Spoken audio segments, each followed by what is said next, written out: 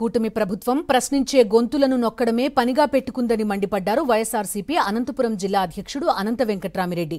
కుట్రలో భాగంగా వైఎస్ఆర్సీపీ అధికార ప్రతినిధి కారుమూరి వెంకటరెడ్డిని అరెస్టు చేసిందన్నారు. నోటీసులు కూడా ఇవ్వకుండా అరెస్టు చేసి ఇష్టం వచ్చినట్టు తిప్పారన్నారు. కారుమూరి అరెస్టును కోర్టు సైతం తీవ్రంగా తప్పుబట్టిందన్న వెంకట్రామిరెడ్డి న్యాయస్థానం తీర్పు చంద్రబాబు ప్రభుత్వానికి చెంపపెట్టు అన్నారు.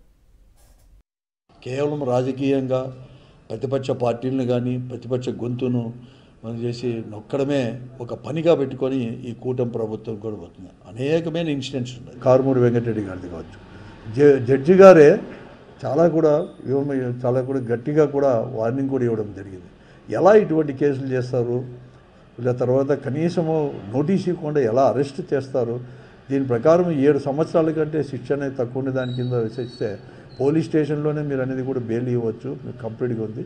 కాబట్టి నేను ఒప్పుకోవడం అని చెప్పేదే కాకుండా భవిష్యత్తులో ఇటువంటి మళ్ళీ పునరావృతం చేయొద్దని నేను కూడా చెప్పడం కూడా జరిగింది. అనేక రకాలు కూడా కింది కోర్టు దగ్గర నుంచి హైకోర్టు, సుప్రీంకోర్టు వరకు కూడా అత్యంతలు వేసినా కూడా ఎక్కడ కానీ నిస్సిగ్గుగా కూడా వ్యవహరిస్తుంది ప్రభుత్వం.